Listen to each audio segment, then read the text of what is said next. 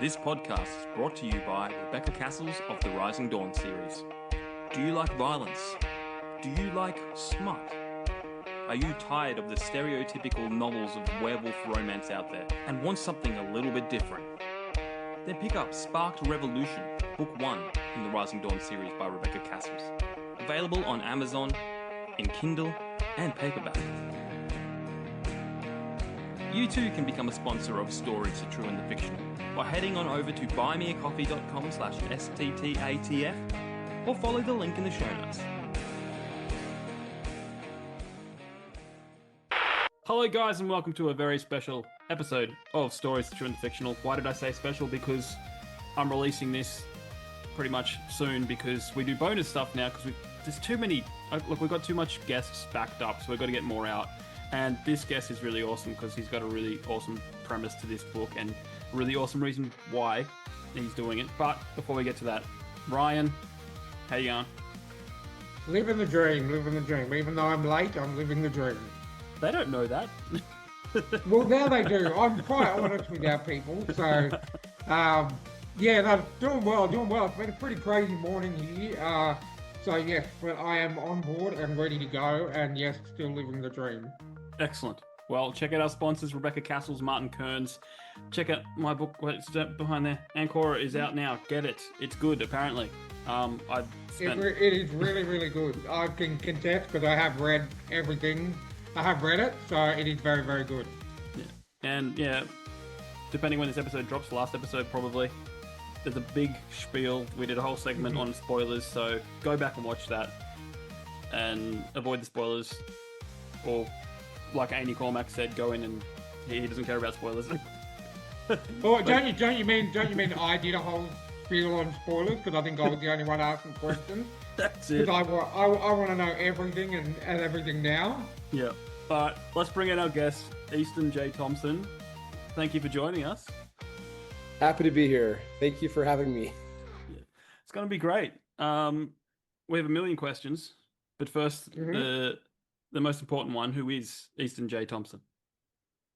Yeah, so I am a debut fiction author. So I'm currently getting ready to release my book, Song of the Broken, The Sundering. It's the first book of a series of 4 books. And me and my wife are doing it together. So I'm the writer, she's the editor. And the premise of the book is Vikings. Do I have to worry about censor words? No, not at all. I'll put a disclaimer at the start. If you've got your kids listening, guys, this is probably going to be a pretty heavy episode. Block their ears. Yeah, there you go. So Vikings who hunt pedophiles. That's what this book's about. So it's about Vikings who hunt pedophiles. Then the goal of this book is to bring the conversation of child abuse and human trafficking to people who don't have any experience with that. A lot of us who are lucky enough to not have ever had any of that in our lives, it becomes a bit of a hard topic, something that's heavy, and it's just not on the forefront of our minds. But the problem is, for us to really find solutions to these problems, we have to be involved. And so this book aims to bring people into the conversation and kind of give a platform for people who don't have any experience with this stuff so that they can have some stuff to talk about. Cool. Yeah, no, it's going to be a heavy episode. I can guarantee it. But before we I really like that premise because not only are you're getting a story out there, you're putting across a really important message that I think that everyone needs to know about. So I've got a lot of respect for that. Thank you. And it's good. It's a good book. It's first and foremost, it has to be entertaining.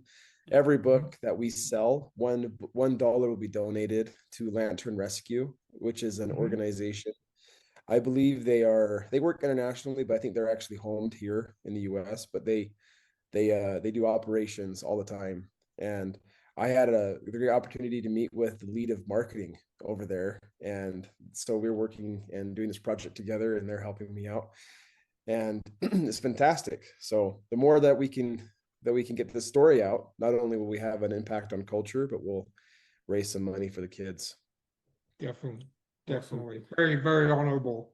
Well, before we get serious, we're going to have some laughs, okay? We do have we do have icebreakers, just to loosen us up. This is going to be like a Bill Lawrence episode, Ryan. Yeah, I think so. We're going to be laughing and then we're going to be crying. Yes. It's like going to the rapids. Yeah, that's it. Gotta ride the rapids together. All right, are you ready for the icebreakers, Easton? Sure. What do you? I have them written down. Have you gotten your Viking axe ready to break the ice? Oh, not with me. It's in the other room. I have two of them. You can't summon it like Mjolnir? No, I can't. I wish that'd be so cool. Like Stormbreaker. Yeah. You want to go first, Ryan? Do you want to ask the first? Yeah. I'll go first. Okay, so I'm going to set the scene for you first. Now, we live in a perfect world. There's no war. There's no, everyone's kind to everyone. There's no, there's no real crime or anything like that. Given that we live in this world, if you could get rid of one thing, what would it be? I would. So, I don't know if this is gonna be relatable to your audience, but Arizona is hot. It is a hot place. Like it's 120 degrees during the summer for days and days and days and days and days. So my wife and I were talking about it. If we could get rid of one thing in the world and we can't be serious, I was gonna say make Arizona colder. Make it Get rid of the heat. like burn. You just burn alive. You just Yeah. you get to the point where you go home and it's just hot. The AC is running full blast, but only goes down a few degrees. So you just kind of the fans on you, strip down and just go, cool me down. Yeah. No, I could agree. that's what I would do. I would make Arizona colder. Yeah. We're in Australia, man. It gets hot. How hot does it get there? Well, I'd have to do the math because we're not on Fahrenheit, we're on Celsius. No. I think generally our average summer, you're looking at probably about, there are some days where it gets to 45, 46 degrees Celsius. Now, I don't know what that is in Fahrenheit, but that gets quite warm. 49 degrees Celsius is Arizona. Oh wow, there you go. But yeah, so no. You're up around there. Yeah, so that's hot. Yeah. We do have some 50s sometimes, but that's out west. Yeah, she gets hot, man. But yeah, I think a dry heat is always better than when you got the humidity. Like the humidity will kill me. Yeah, Like, humidity is the worst. You just walk outside and you just drop sweat. Some days when it's like I'd happily have 49, 50 degree day dry heat than like a 39, 40 degree humid heat because you're exactly right. You go outside in the humidity and it's just disgusting. Absolutely disgusting. So I'm on board with that. Get rid of all heat. Just make it cold all year round. Make it a nice tropical Hawaii weather, 70 degrees year round. I'm on board with that for sure. Excellent. All right. Question number 2. What is something on your bucket list? I want to travel to Scandinavia. That's what I want to do. Yep. That's where my family's from. So we're a few generations removed from there, but I want to go back to Denmark and Norway and see the towns that my grandparents and great grandparents lived in. That'd be cool. It's expensive to travel, but that'd be freaking cool. So, that or wrestle a grizzly bear was my number 2. Wow. Nice. Now, how like just come out of hibernation grizzly bear, or I've just had a good feed grizzly bear? Like raise a grizzly bear from a cub and wrestle it. And then wrestle it. There's a guy, what's his name? Is it Austin Strange? There's a heavy metal singer. He's from Russia and he wrestles a grizzly bear. And I saw him do it and I'm like, that looks like so much fun. he raised it, so that'd be pretty cool. But traveling to Scandinavia is probably safer. Yeah. You could do both. Travel to Scandinavia and wrestle a grizzly bear. Yeah, do both. wrestle a grizzly bear in Scandinavia. Well, if you win the wrestling, then you get to ride it to Scandinavia. if it can Yeah. swim. It's a lot of I like water. that. We got I the like that. Atlantic Ocean and the North Sea. We gotta go over. I like it. I like it. Okay. Next question is what's on your Mount Rushmore of TV shows? So say, your four best TV shows of all time. That's a fun question. So if I had to pick four, these are my four. So the first one would be the Vikings History Channel, where it has Ragnar Lothbrok, Bjorn Ironside, and his sons. That was a really cool series. Great intro to some of the Viking series out there. Kind of, I think it kind of opened up the whole world up to some of the sagas and the stories that come from Scandinavia. Mhm. On the fantasy side, I picked Wheel of Time Yeah. and Stranger Things. Yeah. Those are both really good. I liked both of them. Mm. And then I think the series that my wife and I enjoyed the most together was Loki from Marvel. Oh, cool. Yeah. Loki That was good. yeah, I've watched both seasons of Loki. I can definitely get behind that. That was really, really good. Tom Hiddleston, anything Yeah. he's in is just amazing. I Yeah. think he encapsulates Loki so well. Um, and I like when I read Loki in the comics now, I read it in his voice. So Yeah. it's just Yeah. He was perfect for that character. definitely, no, Yet I and can yet definitely get behind that. and yet he auditioned for four. Yeah, Yeah. yeah. He Yeah. wanted to be Thor, and they said, "Well, we've got someone else in mind for Thor, but how about you play his brother?" How about something a little more low key? Yeah. Boom. It's funny. Yeah, Oh that ending was a surprise for me. I didn't see that coming. Pretty cool No, though. yeah, that was awesome. no, I'll put up a photo of them, all their faces on the Rushmore. It'll look nice. Cool. All right, fun one. Zombie apocalypse plan. Do you have one? Oh man, so in the US, we have a lot of guns. Do you have guns in Australia? We do, but they're hard to get. Like, Yeah. Hard to there's a get. lot of loopholes you got to go through and things, restrictions, Yeah. and yeah, Yeah, when you buy a gun, you still have to like get your background check done and all yeah, that, and you can't be a felon. yeah. Um, but yeah, we have guns. I would definitely use my guns to defend myself against the zombies. But I think my escape plan would be find a boat, get a boat, and get out on a lake and just stay there for a while until things calm down. Yeah. You know, if you have to go ashore, use a Viking axe. I've got a few Viking axes. I'd use like a Dane axe, and you know, it'd be kind of like if you watch The Walking Dead, which is a pretty good series. I didn't name Mhm. it, but it's pretty good. They have that samurai sword lady, Yeah. and they use Yeah, swords. yeah. I mean, the Viking axe. I can't think of a better zombie weapon than a Viking axe. That thing splits legs Yeah. open like nobody's business. Yeah. I actually use mine. So I bought my Viking axe from Cold Steel, and that thing is Okay. durable. I actually use it to break down furniture. So if we have chairs, tables, firewood, whatever it is, I just smack it up. And that has taken a beating. I've had it for 4 or 5 years now. It has taken a beating, and it still works great. The edge is great. So I would use that, and then have a boat. If I need to go ashore, Viking axe. That's my plan. Nice. I like it. I like it a lot. Now, I'm pretty sure I'm going to know the answer to this next question, but um, so do you remember you probably familiar with the movie Bill and Ted? You know, Bill and Ted's Excellent Adventure, I had to look it up. Keanu Reeves. Oh, I had to okay, look it Really? up. okay, Keanu Reeves? Yeah, yeah. Yeah, okay, it's a all newer. right. They've revamped it a little bit Yeah. recently. Never watched it. It looks interesting though. I should watch it. Oh, it's a classic. Okay.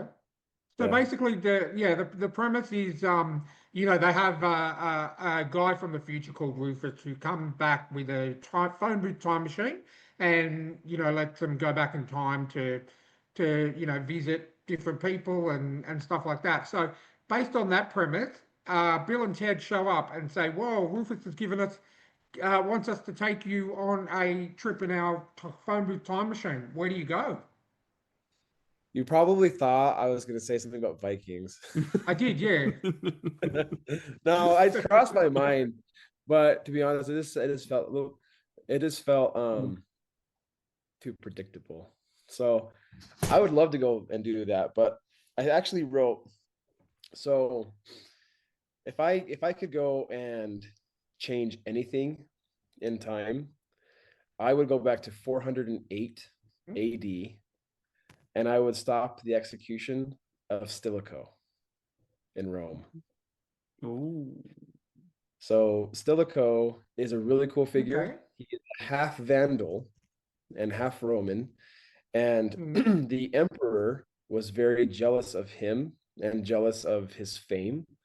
And the emperor was one of these weak men that we find in history where they don't really have anything to their name. They were kind of born into power. They're not strong men. They're not principled. They're just kind of there holding space and creating chaos. And the emperor was very jealous of Stilicho's popularity. And even though Stilicho had defended the empire and had all the loyalty of the armies, he had him killed in 408 AD. And it was a key decision that directly impacted the empire, because within just a few years after that, Rome was sacked.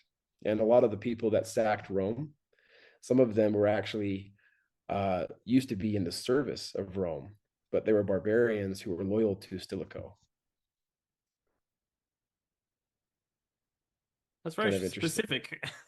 Yeah, not only would you go back in time, but you'd actually affect. I don't think we've had anyone who actually said they want to, they actually want to affect the Yeah. outcome of the future. So that's pretty awesome.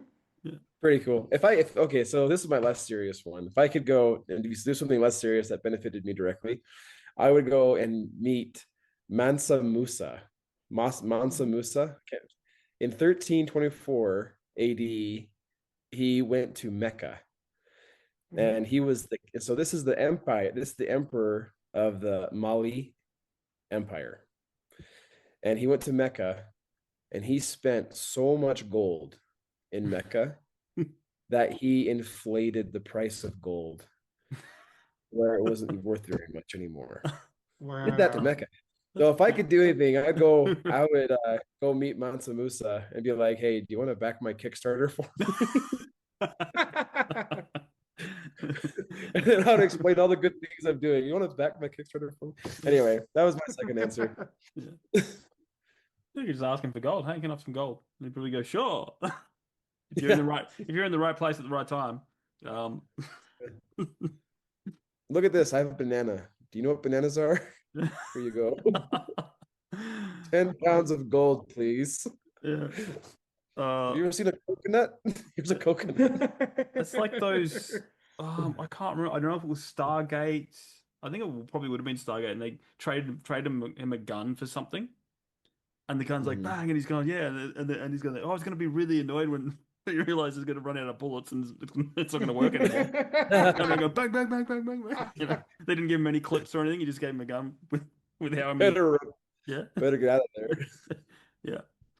I know we're going to jump into your Kickstarter, but just letting you know, just based on the premise of what you've described your Kickstarter was, I have already backed it. So I'm looking forward to it. I just did that. I'm a digital guy, so I love how you got a digital tier, which just gives you the ebook. So I'm definitely keen to read it. So for sure, I encourage everyone to get behind it, and just from the little spiel that you gave us, I love Viking novels anyway, so that's right up my alley. So Good Viking novel. I can't wait. I like it. I think there's a lot of good Viking novels out there, and they miss the mark a little bit. They kind of get close to the mark, but they either go too heavy into the mystic, and then they miss out on some of the spirit of the Viking people, or they go too heavy into the battle, and they try to reminisce in the spirit of the Vikings, and then they miss out on the mystic. So I think I got a good balance. You have to read it. Part one's available to anybody who wants to read the first 100 pages.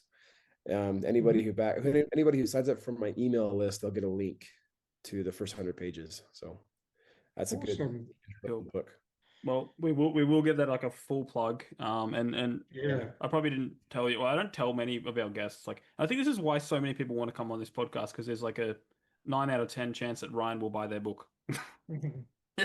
Just Yeah, I think live. there's been like 3 people or 4 people, and it's just because they're not my style of writing, that's all, that I haven't actually gotten their books. But I say this all the time, I absolutely love doing this podcast because I've gone from a guy who just reads traditional publishing, like Stephen King and Dean Koontz and all those kind of things, to actually seeking out indie books, indie authors, first time, authors because I've read so many amazing books that I really think should be traditionally published.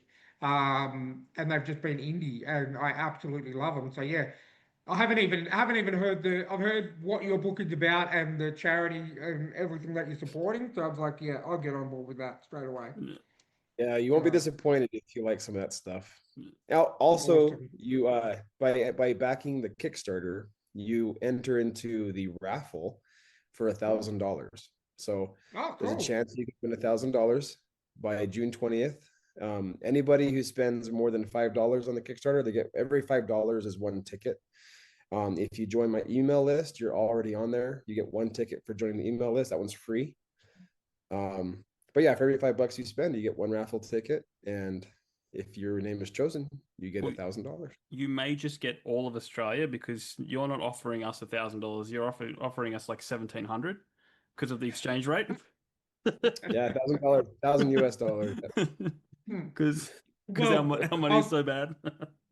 I know there's probably like not 1.001 of me winning it, but I will say now that if by a rare chance that I win the raffle, I will donate half to the charity that you're donating for the process, the $1 per sale. So I promise you that, and I've said it on record. Sure. All right. And now If your he's name is chosen, Definitely. we're probably gonna do a live draw, so you'll be able to Awesome. watch on my Instagram account. So Awesome. it'll be excellent. Oh, that'd be exciting. good. Yeah. Well, let's get into the fun stuff. This podcast is brought to you by Martin Kearns and the Valor of Valhalla series. In the battle between two ancient evils, can one naive young man become the last hope against powerful creatures of legend? Beneath the Veil is the gripping first book in the Valor of Valhalla dark urban fantasy series. If you like reluctant heroes, infernal myths, and bloody epic clashes, then you'll love Martin Kearns' formidable foray into the unknown. So head on over to readkearns.com and grab yourself a copy of Beneath the Veil today.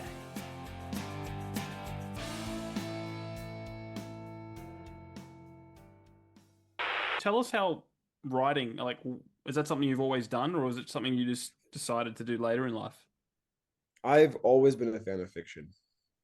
I've always been a fan of stories. So even from a young age, like doing horseback into the brush, I guess is what you'd call it, up in the rural canyons in the Rockies is where I grew up, and riding horseback, doing working on separating animals, and they'd be up there and we call it a permit. So we would rent land up there and let the animals graze, and we would camp out there for a couple of days, come home, and then if they got, if there's a problem, we had to go get the horses and go up there. So I was up there quite a bit, and whenever we had a campfire, we were over there overnight. I had 4 older brothers and my father, and one of my favorite things growing up was just listening to the stories about men being men around the campfire. It was freaking awesome. Like my great grandfather, he was 14 years old when he was watching cows and sheep on his own. He had his own little, gun, and he had his own horse, and he was 14 just doing it by himself. I'm like, and there's a few times he had to shoot bears. I'm like, holy cow, that's crazy. But I had never had it that crazy. But I just love stories like that. And I really enjoyed when history or when fantasy exemplified some of those stories. So I've always been a big fan. And that brought me into my love of fantasy and D&D, which is where my writing started. Nice. Yeah. Awesome. Yeah, we're big D&D lovers too here. So we love our Yeah. fantasy, and we get together once a month, and we've got a really good GM or DM, whatever you like to call it, who has Yeah. he's got a really good imagination. So we definitely have some good sessions. So I can definitely agree on that too. Mm. Fantasy and D&D is pretty much what we grow up on. That's the good stuff. You Definitely. gotta have a good DM, a good we actually go back and forth, DM or GM, not a big deal, but they've got to be able to think on the fly Yeah. and Yeah. come up with stuff and then make it work later. That's a good DM. Yeah. Oh, definitely. Considering most of us completely divert from his written story, he said that multiple times that he has Hey all of Dan, his whole other story laid out, and then we just completely go the other way. So yeah, he's definitely good at thinking on the fly. Yeah. yeah. That's No, I awesome. loved it. I think just creating characters was the funnest thing for me as a DM because I I DM'd a lot. I also played as a player, and whenever I played as Mhm. a player, I loved writing the backstories, and I Mhm. wanted them to sound like masculine and barbaric, or they were like the Mhm. Knight Templar type of guy, or but having a cool backstory that matched with how they presented themselves in the game. That type of expression was new to me until I discovered D&D. Then once I realized I had this skill, I got into writing pretty quickly after that. Yeah. Awesome. Oh, that's really good. I like that. So, Yeah. so what came first, like the cause that this book is like about? Because obviously there's a cause behind it and what you Mhm. want to support in that. But like, were you thinking about writing a book first, or were you Yeah. thinking about supporting something big and then getting into the book? Like, tell us Love about the that. process. I was going to be a writer before the cause came. So I was thinking about writing a book. I started a book and it was a cool idea. I was branching. If you guys are familiar with D&D 5e then? Yes, yeah, fifth edition. Yeah. Yeah, Fifth edition. So Yeah. you know how some of the dragons, the metallic dragons, can turn into people? They can yep, polymorph. Yep. Yep. So I was writing a book about this hidden race called the Watchers, and they're dragons, and they can turn into people and be like these really powerful mages and warriors, and they're kind of like Spartans. And they were fighting against. And I was writing this book. It sounds interesting. I was writing this book out, and then I just got a huge writing block, and I kind of lost the purpose of it. I still have it. I'm probably going to finish it later, and I bring it back into the series that I have now.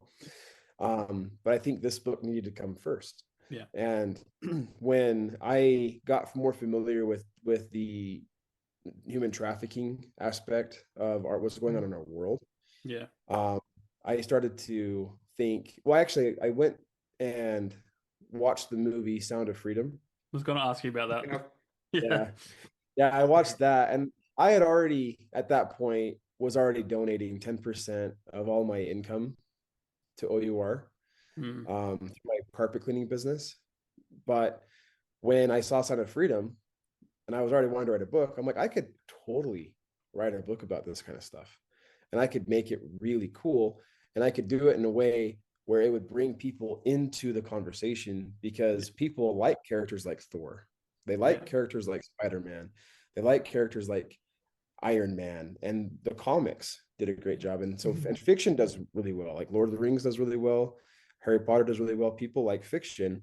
If I wrote a fiction story where the dark magic of the story was layered with human abuse and child abuse, which is realistic to mm, our world, I could really make a realistic fictional story. And once I had those dots connected, it was a no-brainer, and everything came pretty quickly after that. Yeah, I was going to ask what essentially got you involved with the cause, but obviously, you Sound of Freedom was actually an amazing, moving Yeah, movie. I really enjoyed that, and I think it has brought to light a lot more. It mm, has put the spotlight a lot more on yeah. the trafficking issue in itself. And did you know the story behind them making that movie? Like what happened while they were making that movie? I know some things, but what were you thinking of? Because well, apparently Jim Caviezel was like his wife didn't want him to go and film in Colombia and all that stuff. And so they said, well, I think the director said, "What if we get 18 former Navy SEALs to come with you, or 16 or something like that?" And then she said, "Okay." And then they slowly, periodically started disappearing from set. And there's only 4 left there. And apparently, they got approached by someone trying to sell them kids.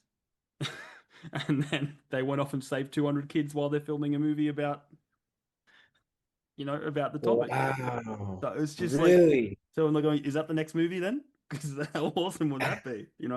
That was a pretty cool movie right there. But yeah, because I saw an interview with Tim Ballard. I think it's Tim Ballard, the guy who was the movie's based on. Yeah, and apparently while they're filming it, they saved 200 kids. Wow, that's amazing. It's just like that's so epic. I love that. Yeah. But it just makes the movie more powerful, and the cause more powerful than the fact that people like, because I know people who watch movies based on true stories and they're like, oh, it's not as bad as it is, and that clearly shows that yes, it is as bad as it is, especially when it comes to children. Yeah, it just, I think that's what will do well for you on this book. Not only is it obviously a well-written, I haven't read it yet, but I'm assuming a well-written Viking tale, but I don't think the only people that like people who traffic and abuse children are the people that traffic and abuse children. The rest of the world wants to see them all dead, me personally, but so I think that is a great thing to do, to bring awareness to that particular issue. The more awareness you get, the more people are going to invest in it, and hopefully we can put a stop to it. Yeah, I can definitely tell some suspect people when I tell them about my book. Yeah, they either get really excited about it, or they're like, I don't know if I like that. And I'm like, well, why not? Because that's kind of a red flag for me. Why don't you like that? I don't care if it's a book about Barbies. If you're trying to help somebody, that's a great idea. It's a brilliant way of you're just going to get a lot of good reviews. Because then people, oh, it's crap. And you're going to be like, why? Why? Yeah, is exactly. It crap? It might happen. Yeah, no. I'm not a professional writer, but I'm a professional DM. Yeah. No, well, I'm not a professional writer either, and I'm on my 3rd book. I've started writing my 4th book, and I've never had classes. I didn't pay attention in school. You learn by doing. You just and this podcast has just opened me up into a whole new world about. I'm learning different journeys to how writers operate, and I'm just like a free course in writing for me. I love that. Yeah, learn by doing is so powerful. Yeah. There are so many things in my life where I learned by doing. Yeah, it's amazing, and we've had a lot of help. So when I started writing, there's so many things I could talk about. But when I started writing, we need to get some beta readers. So the book is written in 7 parts, and every part has 7 chapters. And that's very important. So you're going to notice that some chapters are extremely long, like 8,000 words long, whereas other chapters are like 3,000 words, which is like the average size of a chapter is like 3,000 words. But I won't break that because it's important for the story. It's important for the magic system that it has to be 7. And so we were giving our parts out to these beta readers. We needed to have a beta reader team. And so we put an application through social media. We had like 80 people apply. We picked 20 of them based on their credentials and like their Instagram and how active are they. And we got one of our beta readers named Justin, and he's written books. He's also helped editing, and he's been phenomenally helpful. So he's helped me sharpen things. He's helped me fix stuff.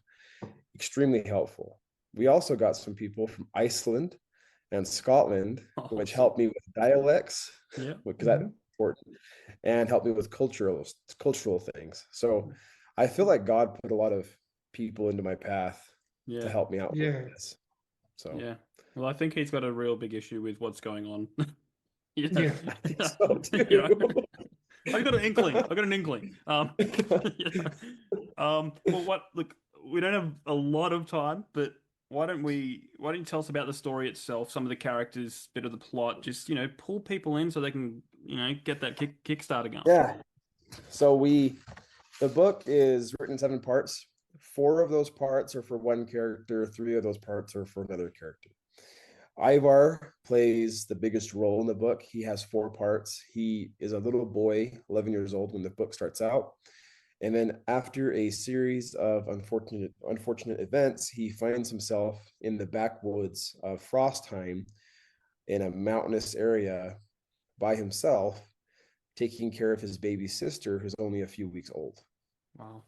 And he's caught well away from civilization, and he has to figure out how to take care of his sister. So that's the beginning of his story.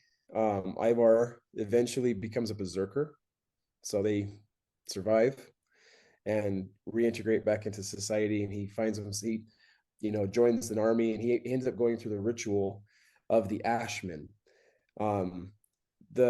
In Scandinavia, they have different berserkers. Like berserkers common, but they have different types of berserkers. So they have the Ulf Hednar, and then with one person I talked to who lives in Norway, his village has a tradition where they have a third type of berserker called the Bloodjaeger, and the Bloodjaeger is based on the raven. So if you read the sagas and you see ravens, sometimes ravens just means the Bloodjaegers, but they were very secretive.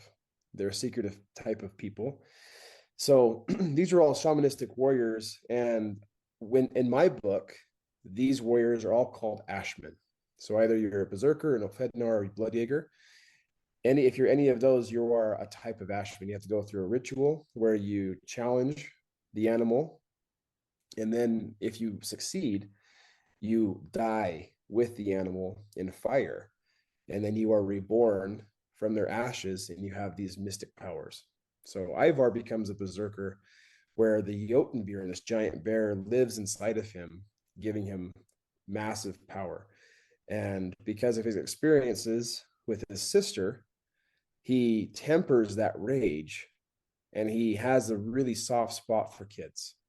So you have a berserker who is extremely sensitive to kids and extremely loving to kids, and then he finds a pedophile ring, and then you can probably fill in the gaps after that.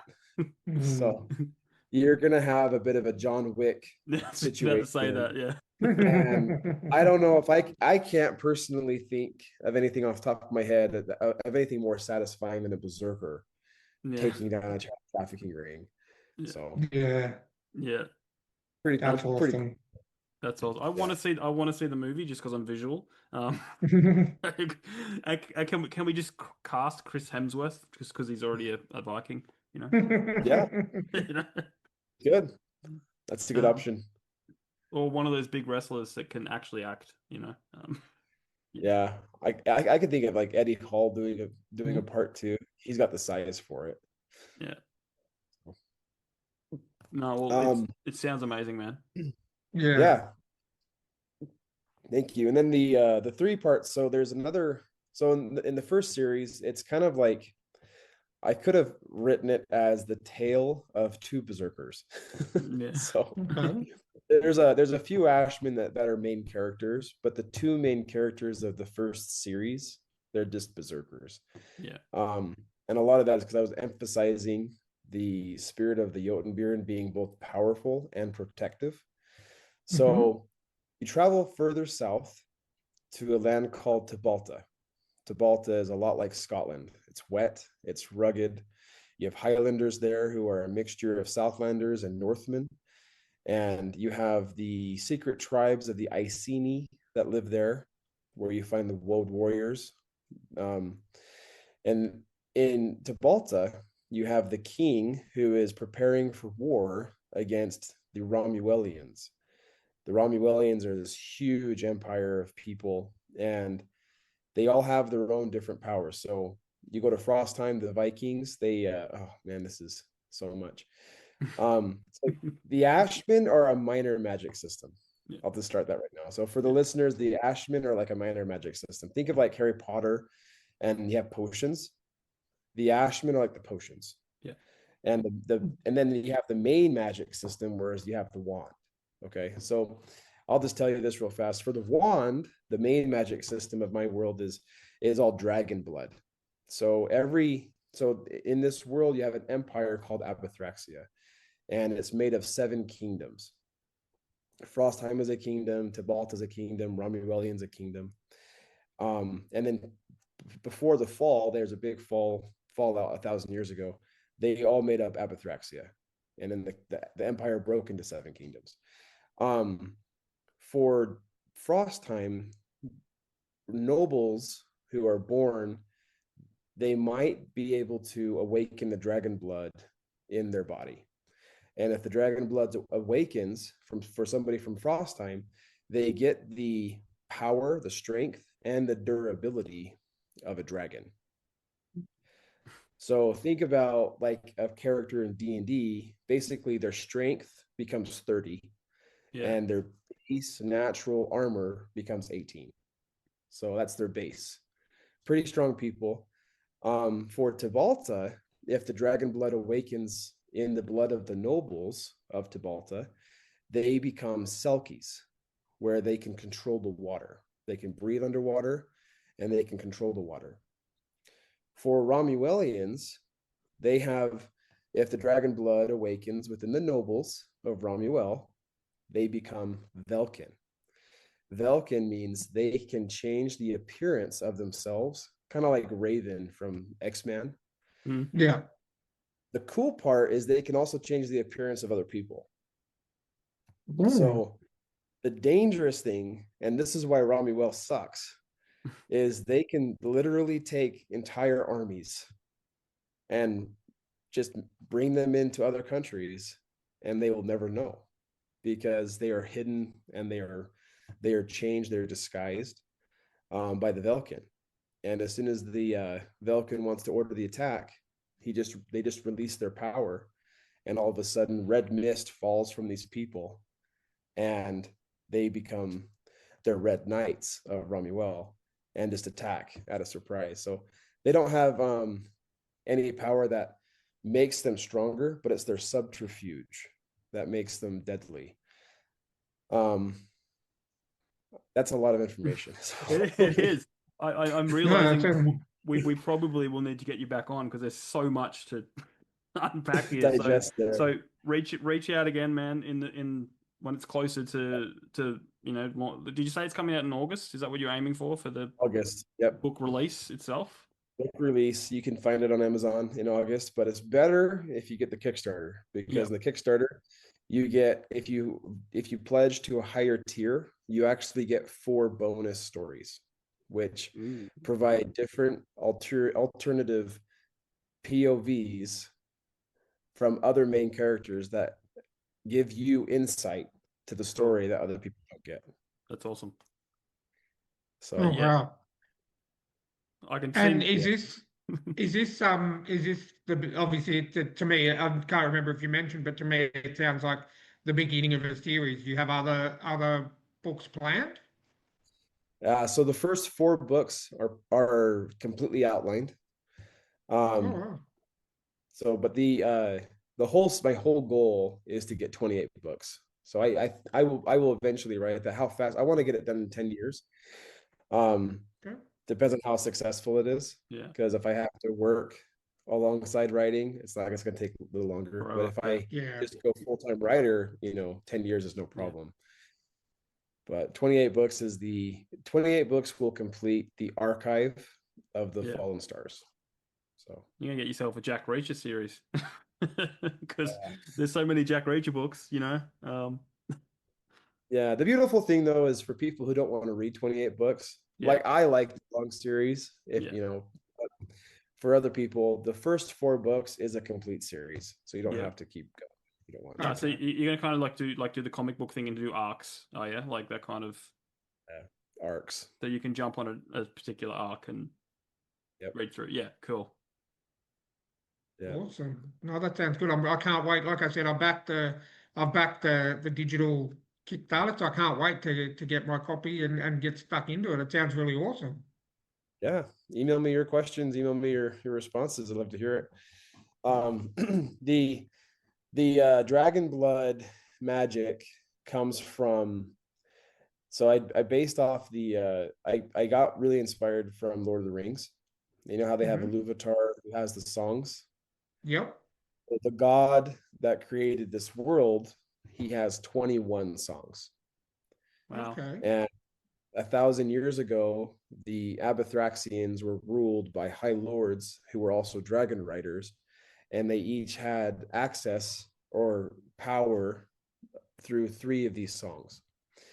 When the high lords fell and were destroyed, their posterity maintained some of that power, which is where you get these nobles, these dragon-blooded nobles. The only thing is these nobles only get one song. So Mm. that's why you get, if you have a high lord, you get three songs. If you only have a noble, he gets one song. And So that's the main thing. we mentioned this off recording, but yeah, your wife did an amazing, incredible song for it. Has she written all those other songs as well? No, no, Yeah.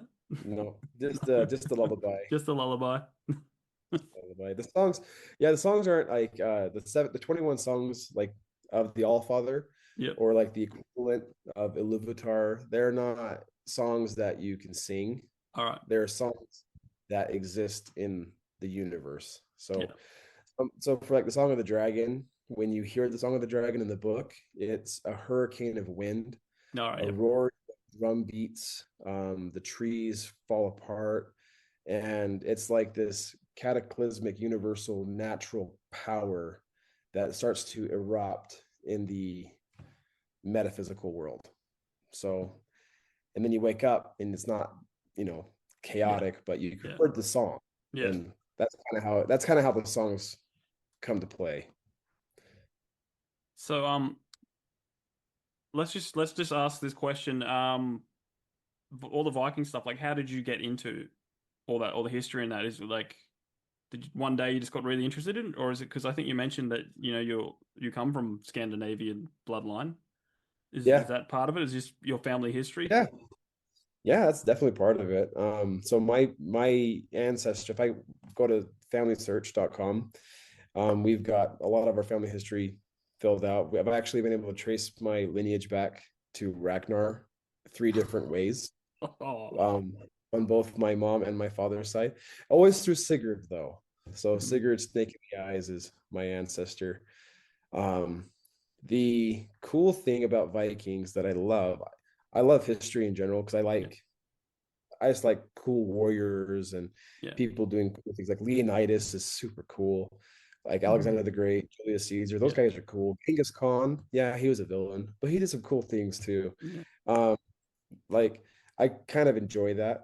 When it comes to Vikings, the reason I chose Vikings, I was always interested in Vikings, but the reason I chose them is because when you look at Spartans, you look at samurai, you look at the Prussians, you look at these people, they were all great warriors, but they came from military academies. They were professionally trained. mm, yeah, When you look at the Vikings, they were first and foremost farmers and tradesmen. Yeah. They weren't, they didn't have any military academies. They just kind of learned as they went along. And because of their passion, their energy, their strength, they made a huge mark on history. And the reason I chose Vikings is because right now, when we're fighting child trafficking and these horrible crimes against humanity, we need fathers to stand up. mm, And even though they're not trained in military academies, we need them to stand up and realize they have power and to start speaking out and standing their ground on these mm, issues and stop being embarrassed to be a man. yeah, 100%. Definitely. 100%. Um, yeah, well, let's talk about the art because Ryan always likes to talk about the Mm. art. Because you got some Definitely. epic, epic art there. I Um, know that was one of the first things that I noticed when I went onto your website. I come from like I read a lot, but also when I was younger and still now I am a massive comic book nerd. I read all Marvel, all DC, all Image, pretty much everything that I can get my hands on. So when it comes to art, obviously that's one thing that I'm gonna fall to. So, did you design that yourself, or did you contract out someone to do the cover?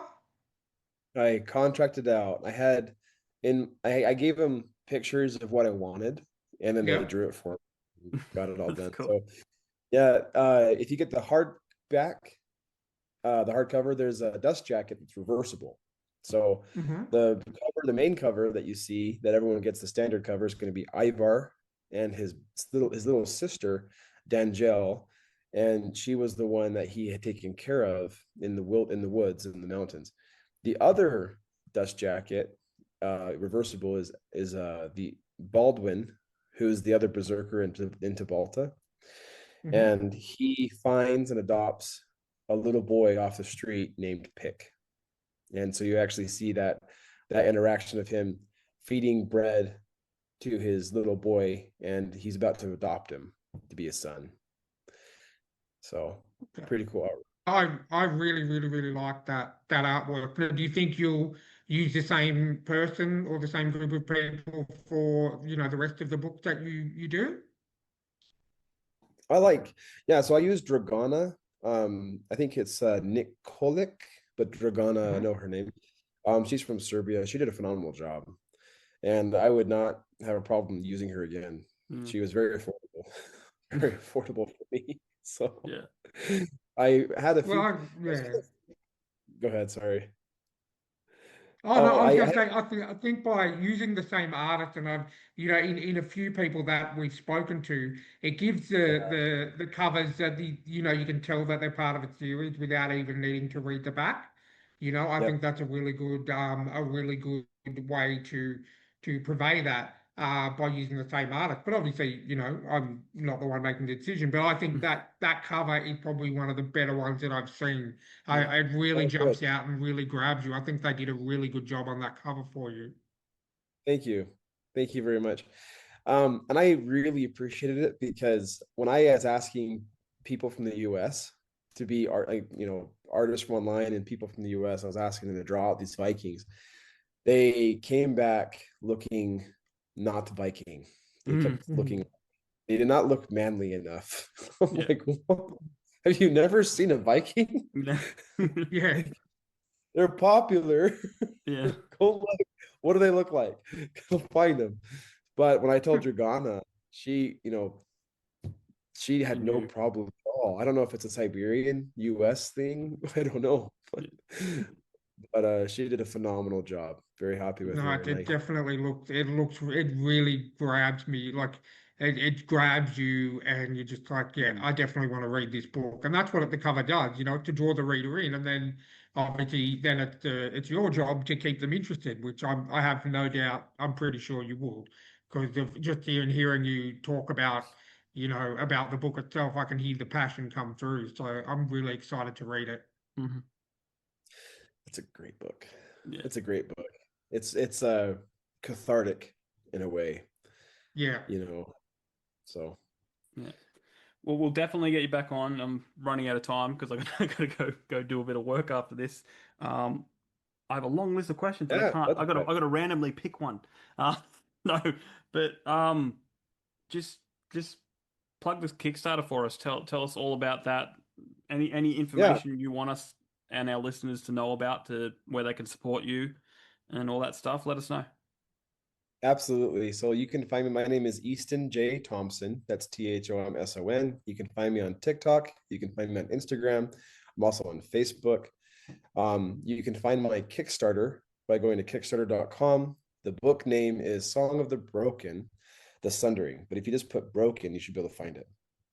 Um, the wonderful part is if you back the Kickstarter at $10 or if you back the Kickstarter at 35, whatever it is, every $5 you spend, you enter the raffle to win $1,000. And we really deeply appreciate anybody who's willing to back the Kickstarter. We're working with Forest Lang and Lantern Rescue on this project, so there are options to donate books to survivors.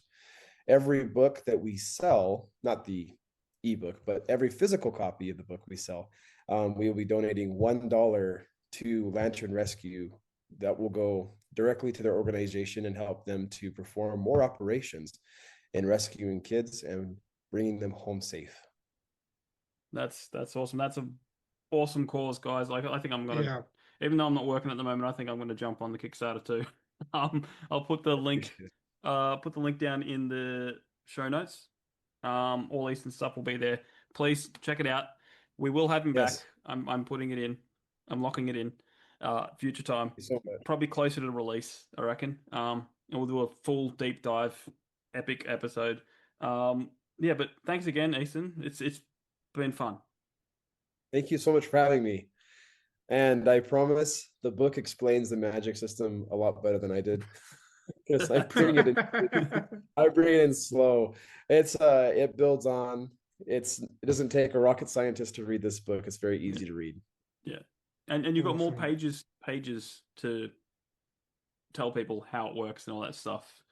Oh, Because yeah. instead of a short little interview, you know. Oh my gosh. And what's so fun is as you go along in the series, the magic system is going to get deeper and deeper. Like we're going to go into runes and going into song stones, and it's very fun. Awesome. Well, guys, thetrueandthefictional@gmail.com if you want to reach out. We do have a long list of guests, but I'm going to start shifting them around and stuff like that because we've got way too much interest. But yeah, thanks. If you want to throw a few bucks our way, our buy me a coffee is down below as well. And yeah, we'll catch you next time. See you next time.